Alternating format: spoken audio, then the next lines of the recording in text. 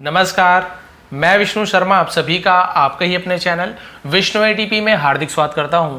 बहुत ज़्यादा कमेंट्स आए थे, सर आप हमें इंग्लिश टू हिंदी ट्रांसलेशन हमेशा करके आप सुनाते ही हैं, बताते हैं, समझ आ रहा है, बट हमें लिखना भी सीखना है कि जब हम हिंदी टू इंग्लिश लिखे तो हमें किन किन चीज़ों पर ध्यान देना है, फोकस करना होता है, वही आपको समझाने वाला हूँ। शॉर्ट स्टोरी लेकर आया हूँ, लेकिन यहाँ पे क्योंकि डिटेल में समझने वाले हैं तो आपको यहाँ पे शॉर्ट स्टोरी इसलिए ज़रूरी था, लॉन्ग में बहुत ज़्यादा लंबा हो जाता है। एक एक चीज़ यहाँ पे समझाने वाला हूँ कि कौन सा टेंस है, वो आपके कौन से फॉर्म का यूज़ किया जाता है, क्यों किया जाता है, वुड का यूज़ कब करते हैं, यूज टू का यूज़ कब किया जाता है, और आपका हैड टू, हैव टू, बहुत सारी चीज़ें यहाँ पे आपके इसके अंदर आपको स्टोरी के अंदर आपको देखने को मिलने वाली है, सीखने को मिलेगा। चलिए स्टार्ट करते हैं। आज की स्टोरी का टाइटल है दुष्कर्म का परिणाम। दुष्कर्म यानी क्या होता है? बेकार काम, गलत काम, उसे हम दुष्कर्म कहते हैं, जिसे हम इंग्लिश में मिसडीड बोलते हैं, मिसडीड। ठीक है, परिणाम का मतलब होता है रिजल्ट। तो चलिए इसका ट्रांसलेशन करते हैं। तो हम दुष्कर्म का परिणाम, तो हम यहाँ पे जो आपका परिणाम है, रिजल्ट है, वो पहले आएगा, ऑब्जेक्ट को पहले लिखेंगे। तो देखिए दुष्कर्म का परिणाम, तो हम इस प्रकार से लिखते हैं, परिणाम को हम क्या बोलते हैं इंग्लिश में? रिजल्ट। तो चलिए सबसे पहले हम लिखेंगे रिजल्ट। तो रिजल्ट का स्पेलिंग आप देख लीजिए, मैं थोड़ा अलग अलग लिखूंगा ताकि आपको समझ भी आए। ठीक है, रिजल्ट RESUL, ठीक है, और साथ में आएगा आपका T। तो आप यहाँ पे देख रहे हैं रिजल्ट, तो पहला जो लेटर होता है वो हमेशा कैपिटल होता है, इसका आप ध्यान देंगे।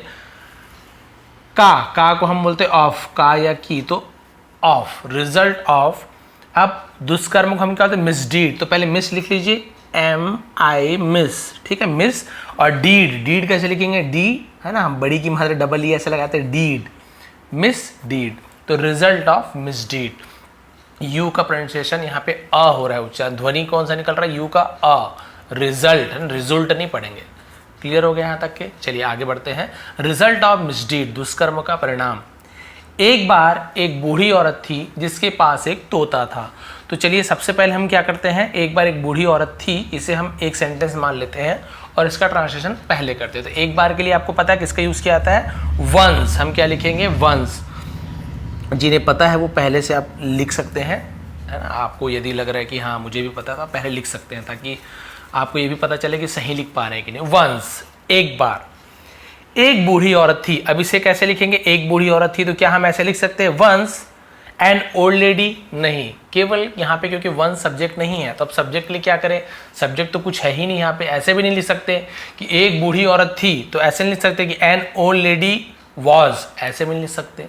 तो कैसे किया जाए? तो सब्जेक्ट नहीं होता है तो हम देयर का यूज़ करते हैं। किसका यूज़ किया जाता है?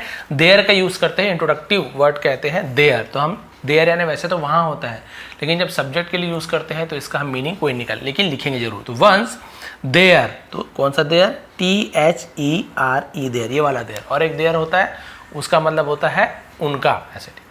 वंस देयर, अब यहाँ पे थी, एक औरत थी तो वॉज, देयर वॉज। एक से ज़्यादा होती तो वर का यूज़ करते। वंस देयर वॉज, एक बार थी, क्या थी? एक बूढ़ी औरत। तो एक के लिए हम अ का भी यूज़ करते हैं, एन का भी यूज़ करते हैं, लेकिन आप देखेंगे उसके बाद का क्या सेंटेंस और उसके बाद का वर्ड क्या है? बूढ़ी को हम क्या बोलते हैं? Old, old. तो क्या ध्वनि निकल रहा है? ओ। यदि अ आ ई है ना, उ ऐसे है ना, ए ओ औ ऐसे ध्वनि निकले तो आप समझ जाइए उसके आगे हमें एन लगाना है। तो जैसे मान लो अभी ए एन को छोड़ देता हूँ, इसके बाद ओल्ड को लिखता हूँ, वॉज ओल्ड। तो आप बताइए ओल्ड, ओ ध्वनि निकल रहा है। ओ को मत देखिए, AEIOU वाला गलत नियम है, जो अ आ ई बोल रहा वो सही है। तो हम यहाँ पे लिखेंगे एन, आर्टिकल एन ओल्ड, ए नहीं लिखेंगे, ठीक है। एन ओल्ड, औरत को हम लेडी बोल सकते हैं, वुमेन बोल सकते हैं, हम लेडी का यूज करेंगे। ये once there was an old lady, अलग अलग रहेगा, एन ओल्ड लेडी जिसके पास एक तोता था। जिसके पास, तो किसी के पास कुछ था तो हम हैड का यूज करते हैं। तो जिसके, तो हम यहाँ पे हु का यूज करेंगे। हु यानी कौन भी होता है, जो या जिसके के लिए हम यूज करते हैं। हु हैड यानी जिसके पास था, क्या था? एक तोता था, तो है था, तो हैड का यूज हो गया है। एक तोता, तो ऑब्जेक्ट को हम लास्ट में लिखते हैं, तो अ पैरट। अ पैरट का स्पेलिंग तो आप सभी को पता है, PARROT, पैरट। क्लियर हो गया यहाँ तक का पूरा सेंटेंस। एक बार एक बूढ़ी औरत थी, once there was an old lady, जिसके पास एक तोता था, हु हैड अ पैरट। ऐसे कभी नहीं लिखेंगे, है ना, कि आप ऑब्जेक्ट को पहले ले आए, नहीं सब्जेक्ट है तो पहले लिखना है। यहाँ तक क्लियर हो गया। और ये क्या है आपके पास, बिल्कुल ये पास्ट सिंपल टेंस में यूज़ हो रहा है आपका, एकदम सिंपल वर्ड है। यहाँ पे आपको यहाँ पे कोई ऐसा आपको यहाँ पे कोई आईएनजी फॉर्म है ना, या ये जो हैड है ये परफेक्ट टेंस वाला हैड नहीं है, क्योंकि हैड यदि होता तो वर्ब का थर्ड फॉर्म होता है, इससे आगे वर्ब नहीं है तो ऑब्जेक्ट है। तो यहाँ पे कोई सोचने वाली बात नहीं है, आपको नॉर्मल सीधे सीधे ट्रांसलेशन कर देना है। क्लियर हो गया। अब क्योंकि थी लिखा हुआ तो सिंपल पास्ट हो गया। अब आगे बढ़ते हैं। तोता उसे समय बता देता था। अब यहाँ पे देखेंगे कि तोता उसे क्या करता था, समय बता देता था। तो कुछ काम पहले की बात कर रहा है, पास्ट में यदि तोता की आदत बता रहा है कि तोता ऐसे किया करता था, अपने बारे में बता रहा, मैं खेला करता था, मैं दौड़ा करता था, मैं भागा करता था, तो पास्ट की यदि आप अपनी हैबिट को बताते हो तो हम वहाँ पे यूज्ड टू का यूज़ करते हैं। किसका, यूज्ड टू, है ना, अभी आपको लिख के बताऊंगा तो आप ध्यान देंगे। तो पैरट, तो द पैरट, क्योंकि भाई इसके बारे में बात हो रही है तो हम यहाँ द का यूज़ कर रहे हैं। द पैरट, अब देखिए बता देता था, तो आप ये मत सोचिए कि ता था, खाता था, पीता था, तो वर्ब का सेकंड फॉर्म नहीं, वो ऐसे नहीं होगा, वहाँ पे ये इसका यूज़ नहीं होगा। क्लियर है। ये आदत बता रहा है कि उस समय बताता था पहले, तो हम वहाँ पे यूज्ड टू का यूज़ करते हैं। किसका, ऐसे यूज्ड, केवल यूज नहीं, हम क्या करें, यूज्ड टू, ये दोनों का यूज़ करते हैं। Used to, parrot used to क्या करता था, टेल, बताने को बोलते हैं टेल, और यहाँ पे टेल का फर्स्ट फॉर्म ही रहेगा, ऐसे नहीं कि हम सेकंड फॉर्म को यूज़ करेंगे। The parrot used to tell, तोता बता देता था। उसे को हम बोलते हर, क्या बता देता था, समय बता देता था। समय को हम लिखते द टाइम, ये the parrot used to tell her the time.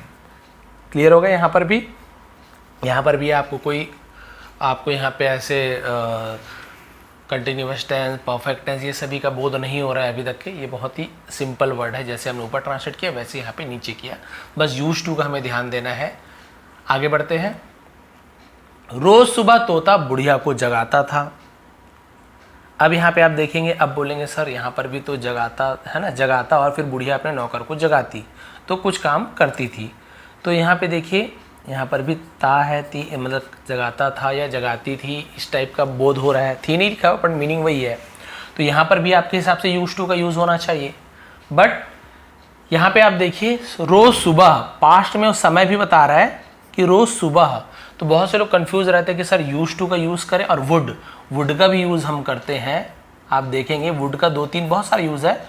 Would का एक यूज़ हम कब करते हैं, जब पास्ट की स्टोरी में फ्यूचर की बात बताना हो, है ना, खाऊंगा, जाऊंगा, पीऊंगा, ऐसे बोलता था वो कि मैं खाऊंगा, जाऊंगा, तो वहाँ पे विल की जगह वुड का यूज़ करते हैं।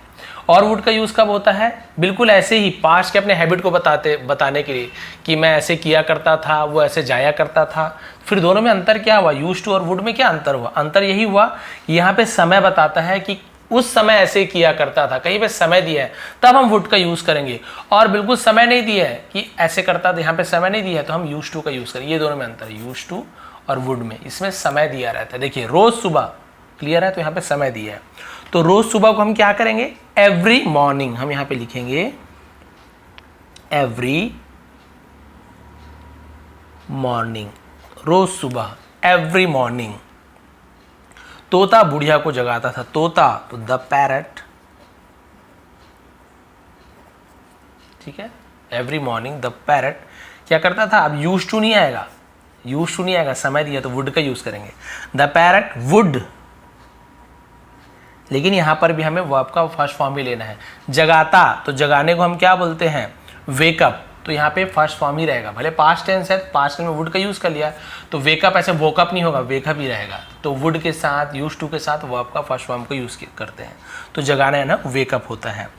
तो हम यहाँ पे लिखेंगे वुड वेकअप, तो वेक के स्पेलिंग WAKE, वेक हो गया। आपको तो आप पता है यू अप, वेकअप।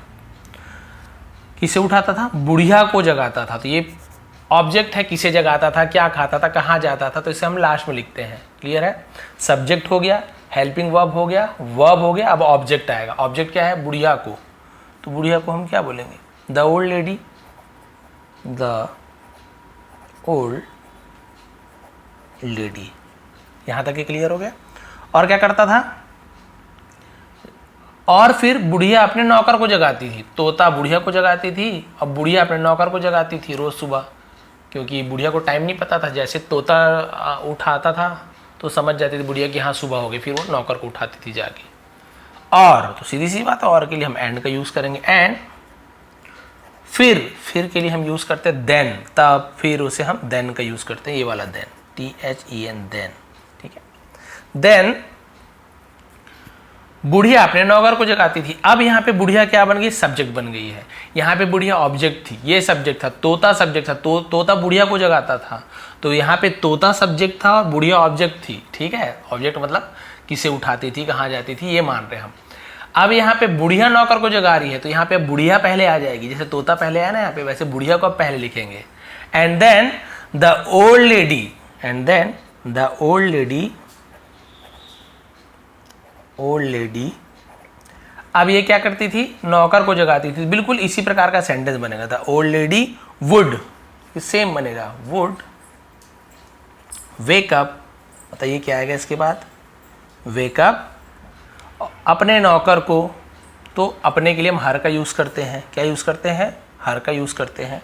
हर यानी उसका, उसके, अपने दोनों के लिए यूज़ करते हैं सर्वेंट। नौकर को क्या बोलते हैं? सर्वेंट। क्लियर हो गया? सॉरी, सर्वेंट, ए आएगा, सर्वेंट। यहाँ तक के पूरा आपको देखिए, इसका आपको एक एक वर्ड की मीनिंग मिल गया। रोज सुबह तोता बुढ़िया को जगाता और फिर बुढ़िया अपने नौकर को जगाती। Every morning the parrot would wake up the old lady and then the old lady would wake up the servant. Sorry, her servant, क्योंकि अपने के लिए यूज़ किया गया है। आगे बढ़ते हैं। नौकर तोते से बहुत नाराज़ था, क्योंकि भाई तोता क्या करता था? बुढ़िया को जगा देता था रोज़ सुबह, और बुढ़िया नौकर को जगा देती थी। तो बहुत ज़्यादा गुस्से में था, इसके कारण उठना पड़ता है रोज़ सुबह, बढ़िया सोते रहता हूँ। तो इसका हम कैसे बोले? ये भी बहुत ही सिंपल है। नौकर तोते से बहुत नाराज़ था, तो नौकर द सर्वेंट तोते से बहुत नाराज़ था। तो यहाँ पे क्या होगा? था। द सर्वेंट वॉज, क्योंकि भाई आपको हेल्पिंग वर्ब लिखना है ना सब्जेक्ट के बाद, तो था के लिए हम वॉज का यूज़ करेंगे।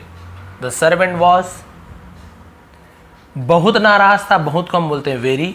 क्या बोलते हैं हम? वेरी। और नाराज को क्या बोलेंगे? एंग्री। हम नाराज को बोलते हैं एंग्री। स्पेलिंग आप देखते जाएंगे, फिर आपको ध्यान में आ जाएगा। किससे नाराज था? तोते से। तो विथ, से के लिए विथ का यूज़ करते हैं, साथ के लिए भी विथ, से के लिए भी विथ द पैरट। तो आप यहाँ पे देख रहे हैं जितने भी नाउन आए हैं, है ना, वो आदमी हो, औरत हो, तोता हो, नौकर हो, सबके साथ आपको द का यूज़ आपको देखने को मिल रहा है। क्लियर है? द तोते से the servant was very angry with the parrot. ये यहाँ तक कि क्लियर हो गया आपको? ठीक है, अब आगे बढ़ते हैं। इसके बाद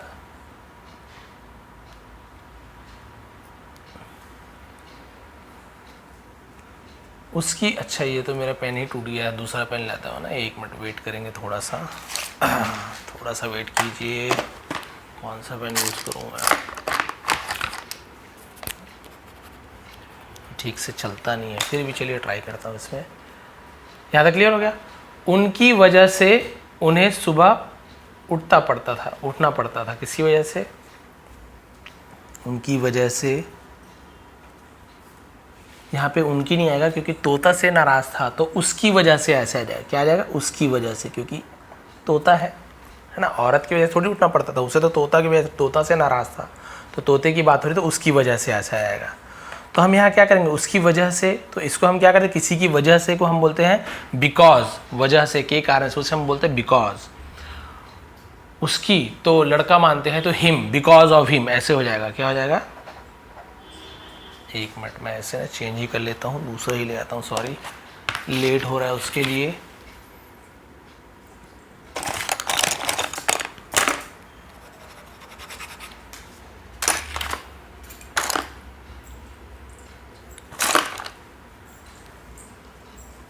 ये पेंसिल से लिख रहा हूँ मैं, है ना, पेंसिल से लिख रहा हूँ, पेन नहीं है मेरे पास।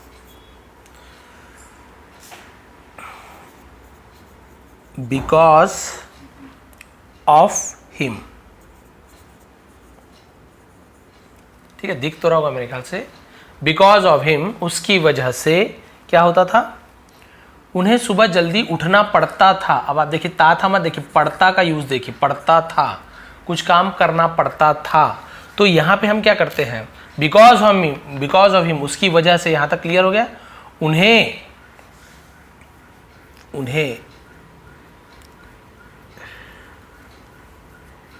तो यहाँ पे उन्हें नहीं, उसे आएगा, क्योंकि हम यहाँ पे नौकर की बात करें ना, तो उसे आ जाएगा। उसे सुबह जल्दी उठना पड़ता था, ठीक है। तो उसे को हम क्या बोलते हैं, लड़के के लिए यूज़ हो रहा है तो ही का यूज़ होगा, ही, बिकॉज ऑफ हिम, ही।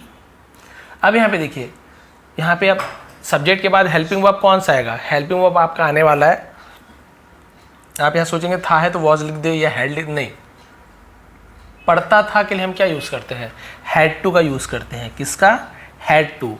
और बोलेंगे सर ये हैड टू का यूज़ क्या है, देखिए 3 टाइप से यूज़ होता है मतलब अलग अलग। एक तो होता है हैज़ टू या हैव टू, वो हम करना पड़ता है, करना है ना, करना पड़ता है, इस प्रकार के यूज़ के लिए करते हैं हैव टू या हैज़ टू। तो हैज़ और हैव हम सब्जेक्ट के हिसाब से बदलते हैं, जैसे आई है तो आई हैव टू हो जाएगा, ही है तो ही हैज़ टू हो जाएगा। और हैड टू करना पड़ता था, जाना पड़ता था, दौड़ना पड़ता था, भागना पड़ता था, खाना पड़ता था, तो वहाँ पे हम हैड टू का यूज़ करेंगे। कोई भी सब्जेक्ट रहे सबके साथ हैड टू लगता है तो कोई प्रॉब्लम ही नहीं। आई हैड टू रन, मुझे दौड़ना पड़ता था, ही हैड टू रन, उसे दौड़ना पड़ता था, ही हैड टू ईट, उसे खाना पड़ता था, इस प्रकार से, ठीक है।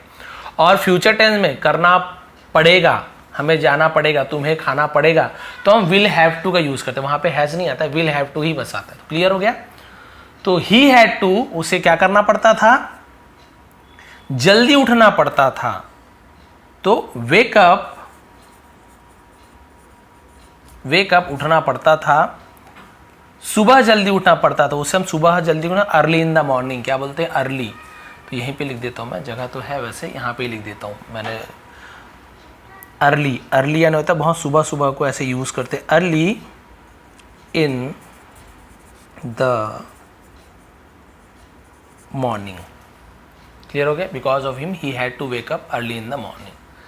मौका पाकर उसने तोते को मार डाला। देखिए अब तोते को ही मार डाला, अभी तुम ही उठाते हो तुम्हारे कारण से। तो मौका पाकर, पाने को हम बोलते हैं गेट, ठीक है, लेकिन मौका पाकर तो हम सब बोलते हैं गेटिंग। गेटिंग यानी प्राप्त करना, है ना। तो यहाँ पे आप देखेंगे, इसे हम लिखेंगे गेटिंग एन अपॉर्चुनिटी, एक मौका पाकर, तो हम यहाँ पे यूज करेंगे गेटिंग। गेटिंग एन, मौका को बोलते हैं अपॉर्चुनिटी, तो स्पेलिंग देखिए OPPORTU,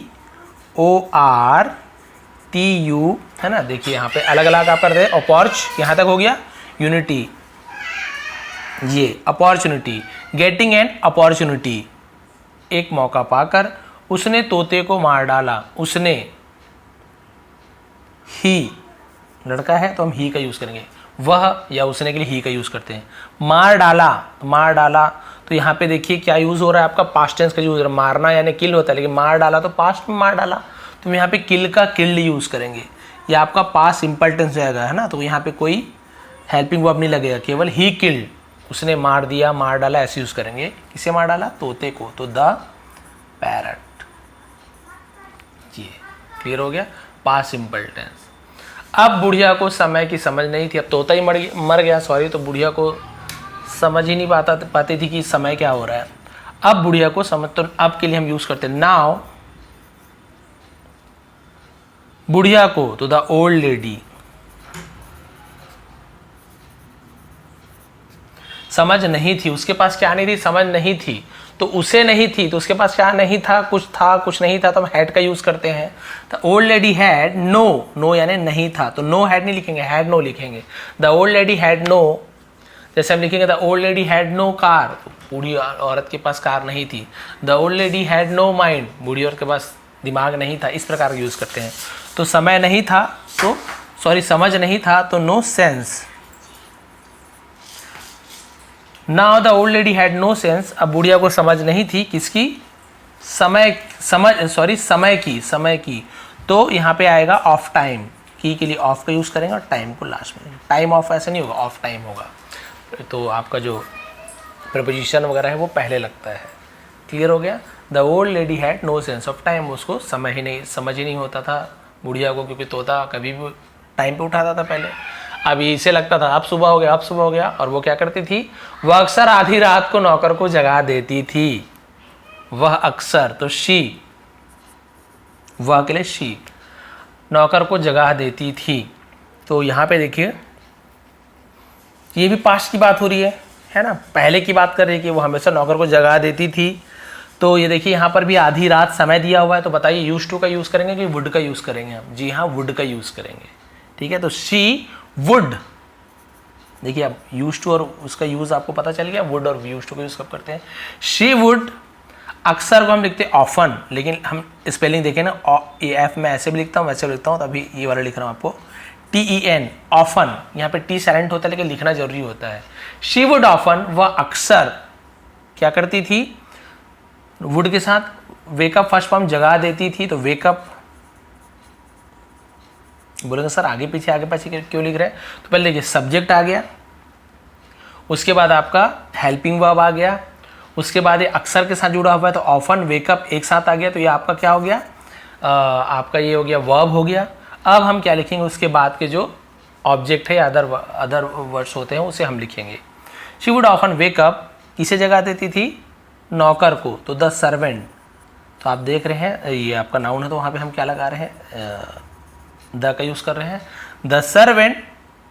अब देखिए जो अदर वर्ड होता है, जो अदर सेंटेंस है उसे हम बाद में लिखते हैं, क्या है, आधी रात को, क्या लिख रहे हैं, आधी रात को, तो एट, आधी रात को हम क्या बोलते हैं, मिडनाइट, मिड यानी मध्य या बीच, और नाइट का स्पेलिंग पता है NIGHT, the servant at midnight, वह अक्सर आधी रात को नौकर को जगा देती थी। She would often wake up the servant at midnight, नौकर को अपने पाप पर पश्चाताप हुआ, बोला कि अरे फालतू ही जगा दिया, उससे अच्छा तो कम से कम सुबह तो उठाती थी बुढ़िया तोते के नाम से, अब तो बार बार उठना पड़ा। इसका भी देख लेते हैं नौकर को, तो अब देखिए नौकर तो केवल सर्वेंट लिखेंगे, द सर्वेंट लिखेंगे, हम लिखेंगे द सर्वेंट।